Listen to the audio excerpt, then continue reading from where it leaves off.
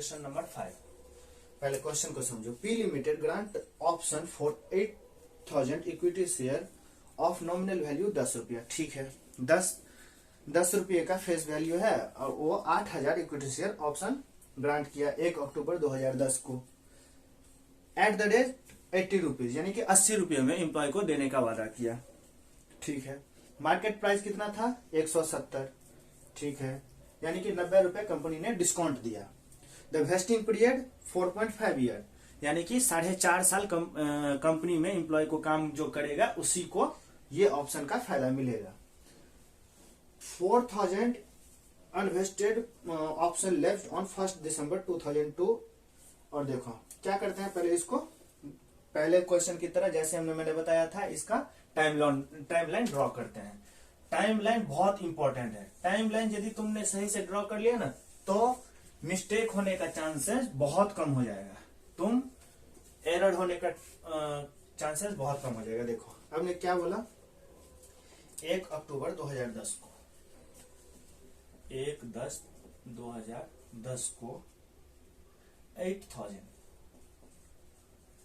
Employ stock option at the rate ₹80, market price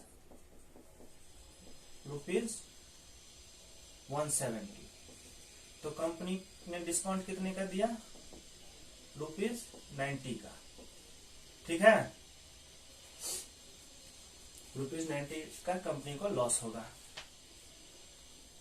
investing period 4.5 साल का है, 4.5, तो यहीं से ड्रॉ कर लो।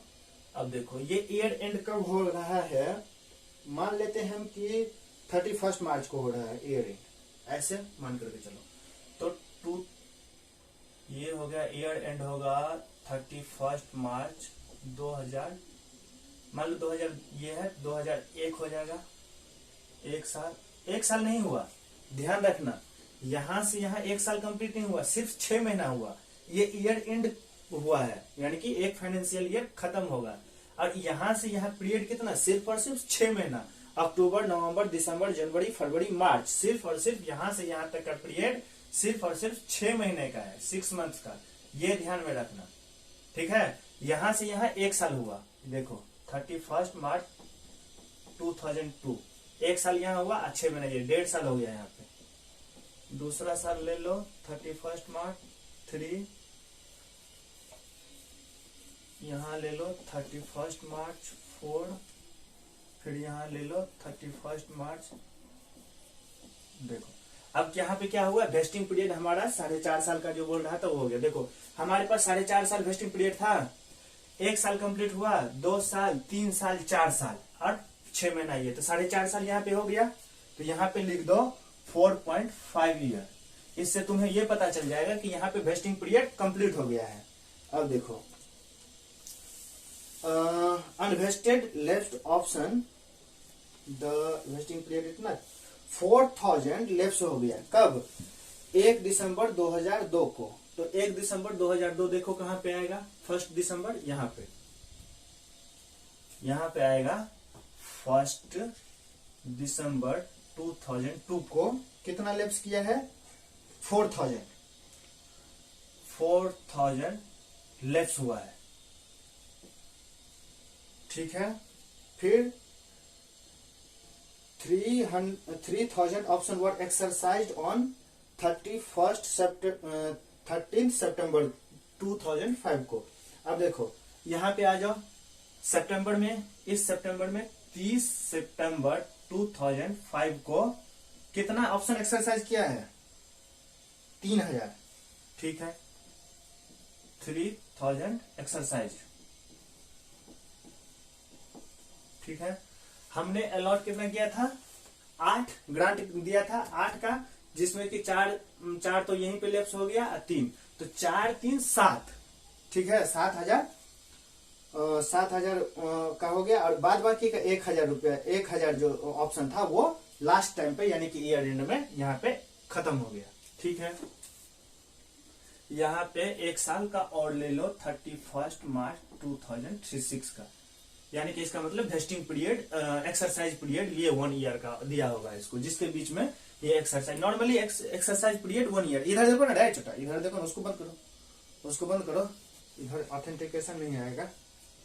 देखो तो क्या हुआ, नॉर्मली एक्सरसाइज पीरियड जो होता है 1 साल का ही होता है, तो 1 साल यहाँ पे दिया एक्सरसाइज करने के लिए। उसमें से क्या किया, 8,000 तो हमने ग्रांट दिया था, हमने ग्रांट किया था एम्प्लॉय स्टॉक ऑप्शन, उसमें से वेस्टिंग पीरियड से पहले ही 4,000 एम्प्लॉय जो था, यानी कि 4,000 एम्प्लॉय स्टॉक ऑप्शन जो था वो दम तोड़ दिया, क्योंकि वो कंडीशन ही नहीं फुलफिल कर पाया वेस्टिंग पीरियड वाला, 4.5 ईयर वाला।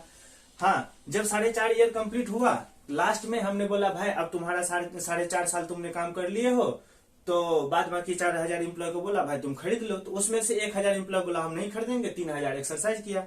अब देखो, अब हम इसको एंट्री कैसे करेंगे, हमें पूछ रहा है जर्नल एंट्री पास करने के लिए।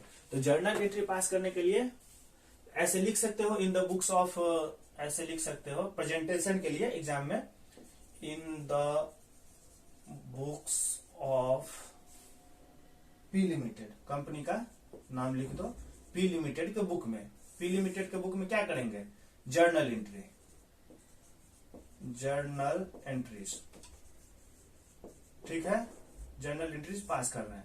कब हम पास करेंगे जर्नल एंट्री, हमें तो पता है कि हर साल ईयर एंड में हमें एंट्री पास करना पड़ेगा, तो हम इस ईयर को, और हाँ फॉर्मूला जो बताए थे वो याद है ना, फॉर्मूला सबसे पहले लिख लो यहाँ पे, इसको बहुत प्रैक्टिस करना है। एम्प्लॉय स्टॉक ऑप्शन आउटस्टैंडिंग कितना है, इनटू डिस्काउंट, हमने डिस्काउंट कितना दिया, फिर वेस्टिंग पीरियड कितना है, vesting period into period expired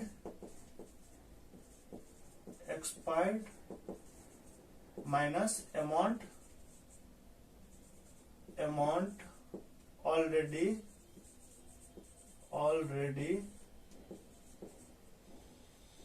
recognised, ठीक है। ये फॉर्मूला प्रैक्टिस करते करते हर क्वेश्चन में ये फॉर्मूला जरूर लिख करके आ जाना, ये समझ में, ताकि प्रैक्टिस भी हो जाएगा, याद भी हो जाएगा, याद करने की जरूरत ही नहीं होगी, सिर्फ प्रैक्टिस करते रहोगे अपने आप वो याद हो जाएगा। अब देखो हमारा ईयर एंड 1 साल तो यहाँ पे कंप्लीट हो रहा है, तो यहाँ पे हम क्या एंट्री करेंगे, कंपनी क्या एंट्री करेगा अपने बुक में, हम कंपनी के चार्टर्ड अकाउंटेंट है, तो क्या एंट्री करेंगे, 31 मार्च 2001 को क्या एंट्री करेंगे। देखो हम एक उसके लिए क्या बनाते थे, बार बार एक तिजोरी बनाते थे एम्प्लॉय स्टॉक ऑप्शन के नाम से, ताकि भविष्य में जब एम्प्लॉय 4 साल, जो हमें क्या पता कंपनी कौन सा एम्प्लॉय एक्सरसाइज कर ले, उस एक बैग हम जब इतना एम्प्लॉय के लिए हम 170 रुपये का, 90 रुपये का जो हम घाटा बुक करेंगे तो एक बर्डन पड़ जाएगा, इसलिए हम हर साल कुछ न कुछ अमाउंट उसमें रखते जाते हैं, उस फंड में एक स्पेशल फंड बनाते जाते हैं। उसमें कितना हम करेंगे, तो इस डेट को देखो हमें कितना देना था, आउटस्टैंडिंग कितना है 8,000, ठीक है 8,000, डिस्काउंट कितना है 90 रुपीज, वेस्टिंग पीरियड कितना है 4.5 ईयर। अब देखो पीरियड एक्सपायर्ड, इस यहां से यहां तक कितना पीरियड एक्सपायर्ड हुआ है, सिर्फ और सिर्फ 6 महीना। यहाँ पे बच्चा क्या गलती कर देता है, 1 साल ले लेता है, 1 साल नहीं हुआ है, सिर्फ और सिर्फ 6 महीना हुआ है, तो 6 महीना कहने का मतलब 0.5 ईयर हुआ ना, सिर्फ और सिर्फ 0.5 ईयर पीरियड। यहां से यहां तक कितना, हम यहाँ पे एंट्री कर रहे हैं, यहाँ पे अकाउंटिंग के बारे में सोच रहे हैं, तो सिर्फ और सिर्फ 0.5 ईयर लैप्स होगा। और हमने इससे पहले कोई अमाउंट बुक किया है, अभी तक नहीं किया है, तो यहाँ पे 0 आ जाएगा। अब देख लो, इसको पहले कैलकुलेट करके लिख लो यहाँ पे, 8,000 into 90 divided by 4.5 into 0.5, 80,000 rupees हो गया। अब हम इसको इतना रुपया हमें अपने एम्प्लॉय स्टॉक ऑप्शन प्लान में डालना होगा, तो इसकी एंट्री हम क्या करते हैं, देखो इसकी एंट्री करते हैं employee compensation expense account debit, चूंकि ये हमारा लॉस हुआ कंपनी को इतने रुपए का, कंपनी लॉस बुक करेगा, डिस्काउंट जो दिया है ये लॉस है, तो इतना रुपए लॉस बुक करेगा 80,000 to employee stock option outstanding account, ये एक लायबिलिटी में कंपनी अपने बुक्स में रखते जाएगा, being employee compensation expense recognised हमने इतना रिकॉग्नाइज कर लिया अपने बुक्स ऑफ अकाउंट में। ठीक है, अब हम इसको पीएल में ट्रांसफर करेंगे। Profit and loss account, debit 80,000 to employee compensation expense account 80,000 being employee compensation expense transfer to profit and loss account. ठीक है, यानी कि फर्स्ट यहां तक का एंट्री हमें कंप्लीट हो गया। अब हमें सेकेंड ईयर का एंट्री करना है, तो सेकेंड ईयर का एंट्री क्या करोगे, ये देखो 31 मार्च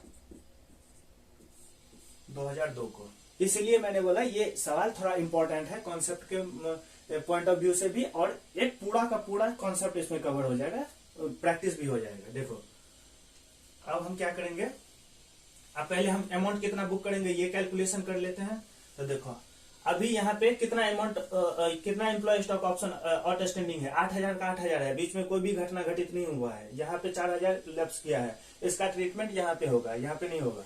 इस बीच में कुछ नहीं हुआ है, ना यहाँ हुआ है ना यहाँ हुआ है। तो देखो 8,000 एम्प्लॉय स्टॉक ऑप्शन आउटस्टैंडिंग था, डिस्काउंट कितना है 90 रुपीज, वेस्टिंग पीरियड 4.5, ईयर कितना एक्सपायर्ड हुआ है, यहाँ पे सोचो, यहाँ पे कितना एक्सपायर्ड हुआ है, 1 साल प्लस 6 महीने, यानी कि 1.5 ईयर। ठीक है, और हमने अमाउंट कितना रिकॉग्नाइज किया है, पहले साल हमने कितना रिकॉग्नाइज किया 80,000 रुपया, तो 80,000 रुपया हमको इसको माइनस करेंगे यहाँ पे। तो ये कितना हो जाएगा, देख लो 8,000 into 90 divided by 4.5 into 1.5 minus 80,000, 1,60,000, यानी कि इस साल हमें कितना अपने तिजोरी में डालना पड़ेगा, 1,60,000 रुपया हमको तिजोरी में इस साल डालना पड़ेगा इस साल। तो इसका एंट्री हम क्या करेंगे, ये देखो employee compensation expense account, debit 1,60,000 to employee stock option outstanding account 1,60,000 being employee compensation expense recognised. Same entry होगा दोनों। फिर पीएल में ट्रांसफर करेंगे, profit and loss account, debit to employee compensation expense account 1,60,000 रुपया, being employee compensation expense transfer to profit and loss account. हुआ, same entry है, 2 entry यहां पे भी होगा, 2 एंट्री यहां पे भी होगा, सिर्फ अमाउंट का फर्क आ गया ना। ठीक है, सिंपल सा ये हो गया। अब देखो, अब हमें यहां तक का एंट्री कंप्लीट हो गया। अब हमें यहां पे सोचना है यहां पे एंट्री क्या करेंगे, कंपनी यहां पे एंट्री क्या करेगा अपने बुक्स ऑफ अकाउंट में। देखो क्या करेगा एंट्री, ये देख लो। पहले तो अमाउंट कैलकुलेट करो यहाँ पे कितना होगा। अब देखो अमाउंट कैलकुलेट कैसे करते हैं, ये देखो ये फॉर्मूला। तो ये एम्प्लॉय स्टॉक ऑप्शन कितना था 8,000, 8,000 में 4,000 यहाँ पे लेप्स हो गया है, यानी कि 4,000 हो सकता है एम्प्लॉय किसी वजह से नौकरी छोड़ करके भाग गया हो। तो अब कंपनी इसको क्यों ढोते फिरेगा आगे 4 साल तक। यहाँ तो कंपनी को नहीं पता था कि हमको कितना देना है या नहीं देना है, यहाँ तो पता चल गया कि 4,000 हमारा एम्प्लॉय छोड़ करके भाग गया। तो अब हम इतना इसको क्यों ढोएंगे, क्यों हम फालतू का पैसा जमा करते जाएंगे अकाउंट में, है कि नहीं। समझ में आ रहा है। तो क्या करेगा इसमें से ये 4,000 रुपया जो है, 4,000 एम्प्लॉय स्टॉक ऑप्शन इसमें से माइनस कर देंगे यहाँ पे। ठीक है, और इसको बस बाद बाकी का सेम टू सेम रहेगा। यहाँ पे हमारा 90 रुपीज का डिस्काउंट है, वेस्टिंग पीरियड हो गया 4.5 ईयर। अब देखो पीरियड कितना एक्सपायर हो गया यहाँ पे 1 साल पूरा का पूरा, 2 साल और 6 महीना, ये यानी कि 2.5 ईयर हो गया।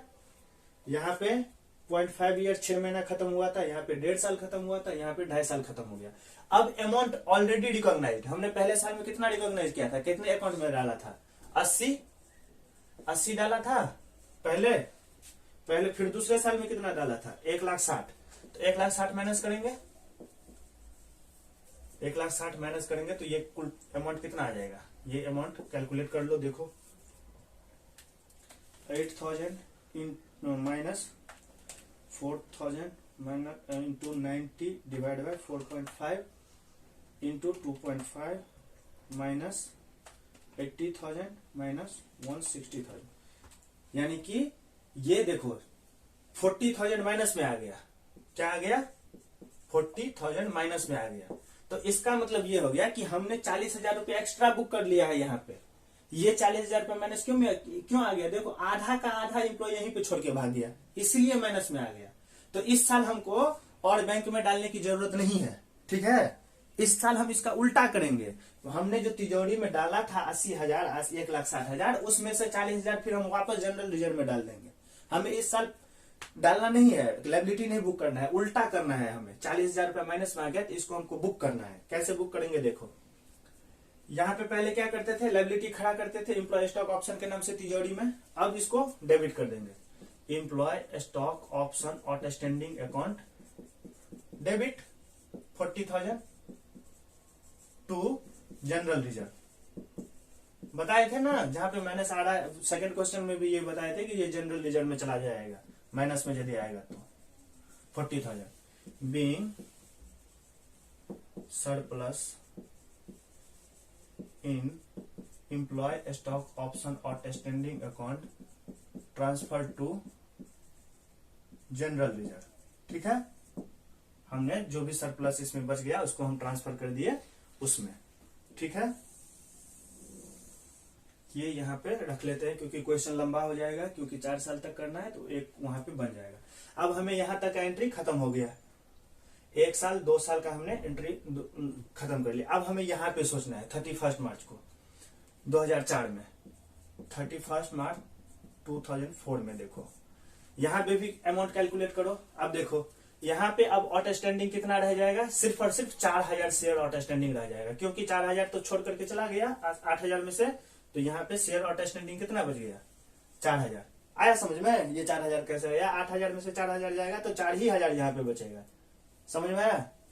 तो 4,000 discount 90 rupees, vesting period 4.5 into amount. अब देखो पीरियड कितना एक्सपायर हो गया यहाँ पे, 3.5 साल। कैसे? 1 साल 2 साल 3 साल 6 महीना, ये 3.5 साल हो गया, तो 3.5 ईयर। अब माइनस हमने ऑलरेडी कितना अमाउंट रिकॉग्नाइज कर लिया है, 80,000 पहले साल में, तो 80,000 माइनस कर दो।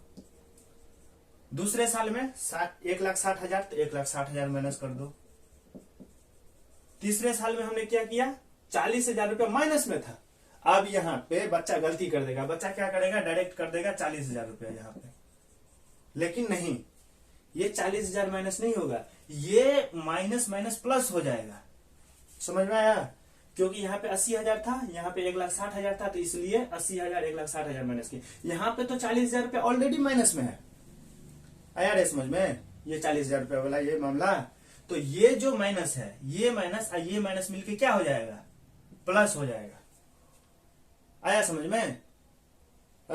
समझ में आया? ये यहाँ पे क्या हो जाएगा, रिस्पांस काहे नहीं देता है? रिस्पांस दो ना, रिस्पांस दोगे तब ना समझ में आएगा। ये समझ में आ भी रहा है कि नहीं आ रहा है? तो देखो यहाँ पे अमाउंट क्या, ये ध्यान रखना, ये वाला ये डायरेक्ट माइनस नहीं कर देना 40, चूंकि ये ऑलरेडी माइनस में है। तो जब ये माइनस और ये ब्रैकेट वाला माइनस ये होगा तो माइनस माइनस ये प्लस हो जाएगा। आया समझ में?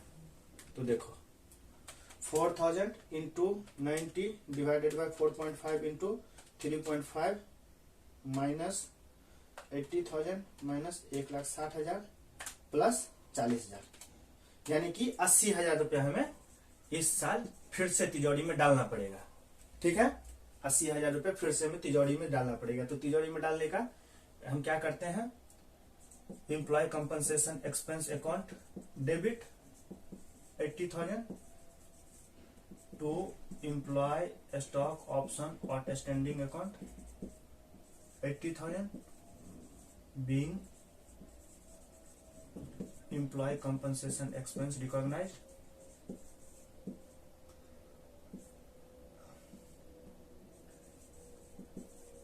ठीक है। अब इसको पीएलए में ट्रांसफर कर दो, profit and loss account debit 80,000 to employee compensation expense account 80,000 being employee compensation expense transferred to profit and loss account. ठीक है, अब हमें यहां तक एंट्री हो गया, यहां भी कर लिया, यहां तक का कर लिया। अब देखो 2005 का एंट्री करेंगे। 2005 में क्या होगा ये देख लो, यहां पे कर दे, आ जाएगा, यहाँ पे आ जाना चाहिए। देख लो यहाँ पे करते हैं 31 मार्च, यहाँ पे कैलकुलेट कर लेते हैं, वहां पे एंट्री पास कर देंगे, क्योंकि फिर जगह का दिक्कत हो जाएगा ना वहां पे। कर दे रहे यहाँ पे नीचे। हाँ। दिख जाएगा। हाँ। सो रहा है रे ना, चटा कहीं का ध्यान दो ना, सीखो ना कुछ यहाँ पे। कहीं हाँ हाँ कर रहा है कि कुछ समझ भी रहा है, कुछ समझो ना, इतना तो डिटेल में कोई मास्टरों नहीं बताएगा। देखो अब हम यहाँ पे कर रहे हैं, तो यहाँ पे पहले हम क्या करेंगे, पहले यही अमाउंट निकाल लेते हैं। ये देखो 4,000 आउटस्टैंडिंग, डिस्काउंट कितना था 94.5, वेस्टिंग पीरियड। अब यहाँ पे कितना ईयर एक्सपायर हो गया है, 4.5 साल, 1 साल 2 साल 3 साल 4 साल और 6 महीना, ये 4.5 4.5। अब देखो कितना हमें अमाउंट रिकॉग्नाइज किए हैं। पहले साल 80,000 रुपया यहाँ पे, तो माइनस करो 80, फिर 1,60,000, तो फिर माइनस करो 1,60,000, फिर माइनस माइनस ये 40,000 रुपये। ध्यान रखना ये जो 40,000 है वो ऑलरेडी माइनस में है, तो इसको 40,000 ये ऐसे करेंगे, ये माइनस माइनस प्लस हो जाएगा। जब कैलकुलेट करोगे नीचे आ रहा है रे, देखते रहना, ऐसे नहीं कि वो कट हो जाए। तो ये 40,000 रुपये ये याद रखना हमेशा। फिर तीसरे साल में 2004 में हमने कितना किया था 80,000 रुपया, तो 80,000 रुपया ये माइनस कर दो, तो ये हो गया तुमको कुल total amount 4,000 into 90 divided by 4.5 into 4.5 करेंगे, बात बराबर है 80,000 माइनस 1,60,000 प्लस 40,000 माइनस फिर 80,000, तो आ जाएगा, फिर से आ गया 80,000। यानी कि हमें इस साल भी 80,000 को हमें डालना पड़ेगा अपने तिजोरी में। ठीक है, देखो ये अमाउंट निकाल लिए। अब एंट्री क्या करेंगे, employee compensation expense account debit 80,000 to employee stock option outstanding account 80,000। ठीक है, being employee compensation expense recognised. ठीक है, अब पीएल में ट्रांसफर करेंगे, ये जो लॉस हुआ है profit and loss account debit to employee compensation expense account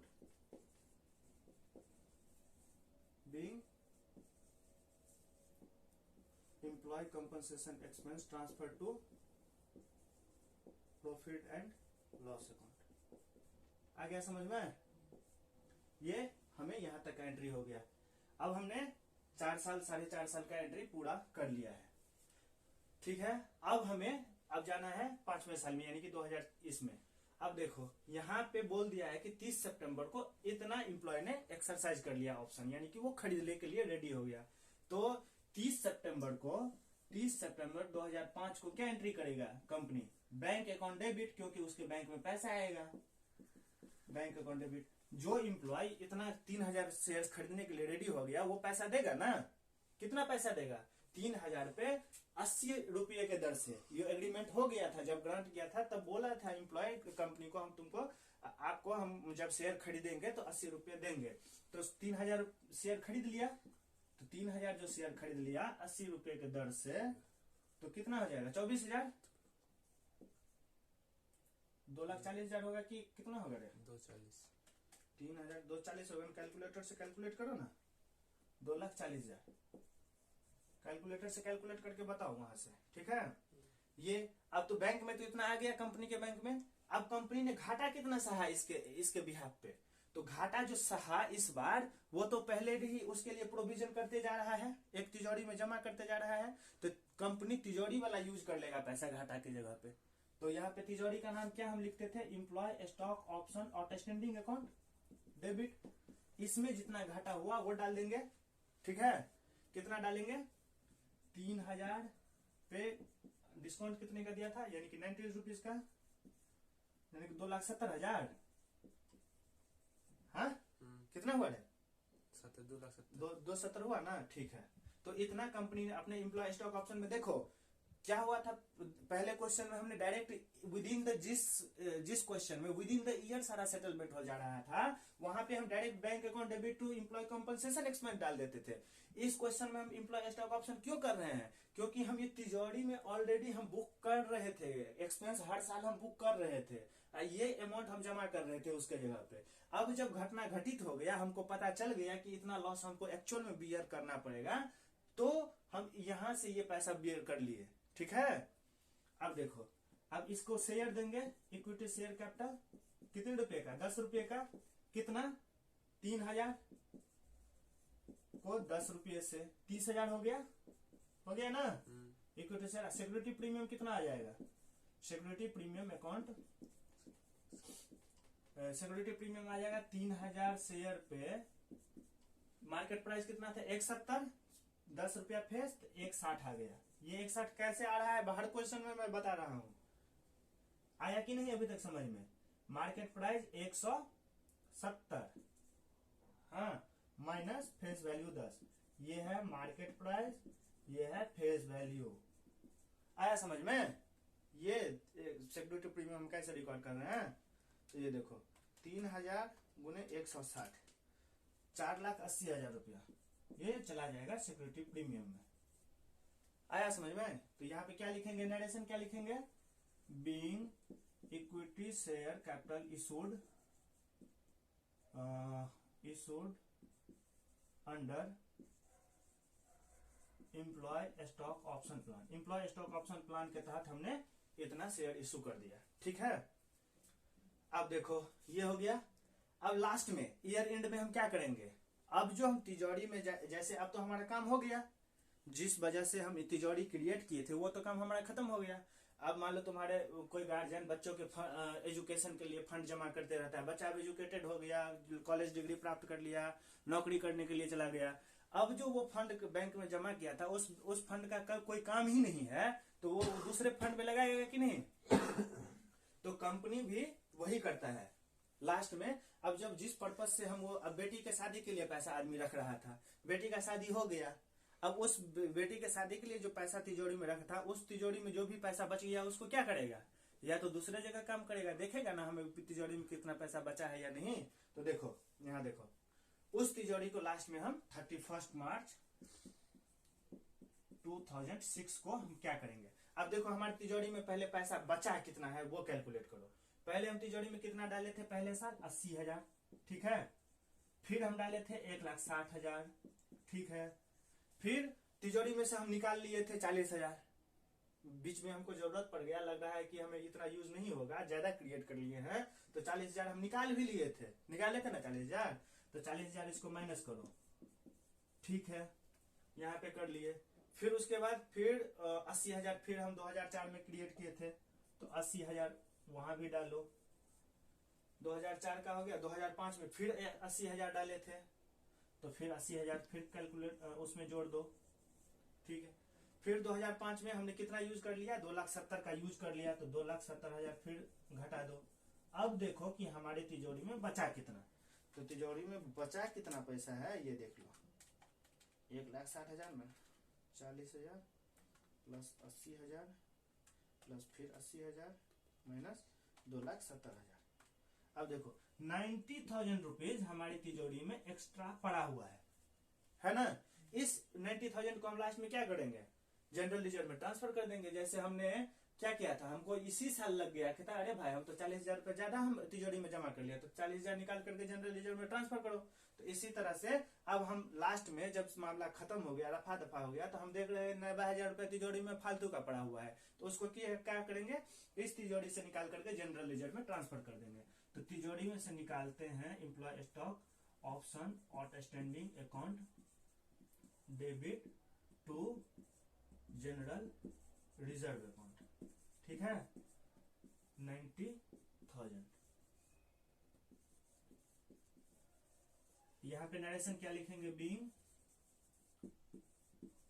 surplus in employee stock option outstanding account transfer to general reserve, transfer to general reserve. आ गया समझ में, आ गया। अब देख लो एक बार सॉल्यूशन देख लेना क्या क्या है। फर्स्ट ईयर में 80,000 डाला है, ठीक है। 1,60,000, ठीक है। अब देखो यहाँ पे क्या क्या है, इसने 2003 में ये उल्टा पुल्टा किया है, इस 2-4 एंट्री ये पास कर दिया है, उसका नेट इफेक्ट यही जाएगा, उतना मत जाओ। इसका प्रेजेंटेशन सही नहीं है, ऐसी है का प्रेजेंटेशन वो सही नहीं है, ये घुमा फिरा करके दिया है, एक बार डेबिट किया है फिर क्रेडिट कर दिया है उसी को, तो इतना वो दिमाग चकरा जाएगा। इसीलिए ये सिंपल फॉर्मेट है और इसमें से एक नंबर भी नहीं कटेगा। ये भी ये फॉर्मेट सही है, ये करना। 40,000 रुपये जब एक्स्ट्रा हो गया तो जनरल रिजर्व में ट्रांसफर किया, वो भी यही है लेकिन वो घुमा करके किया है, दोबारा किया है। 1,40,000 नेट इफेक्ट 40,000 ही जाएगा जनरल रिजर्व में, ठीक है। तो इसके लिए घबराना नहीं है कि ICAI का मिल नहीं रहा है। तो ICAI पुराने सॉल्यूशन में ऐसे ही किया था और ये सही है, सही ही है, ये कोई गलत नहीं है। लेकिन यहाँ पे वो लेंदी कर दिया है, बाद में तुमको ही कंफ्यूजन होगा, ठीक है ना। आया रे समझ में। हाँ अब देखो लास्ट में क्या क्या है, लास्ट में 90,000, ठीक है। चलो ये हो गया 5वां नंबर कंप्लीट। सिर्फ इसको लेकर के कंफ्यूज मत होना, ये सही है। पुराने सॉल्यूशन में पुराना जो ये पूछा हुआ था तो उसमें इस ऐसे ही बनाया था, इसमें पता नहीं कैसे करके दे दिया है, ज्यादा दिमाग लगा दिया है बच्चों को कंफ्यूज करने के लिए, बच्चा कंफ्यूज हो जाएगा इसमें। चलो ठीक है, 5वां क्वेश्चन।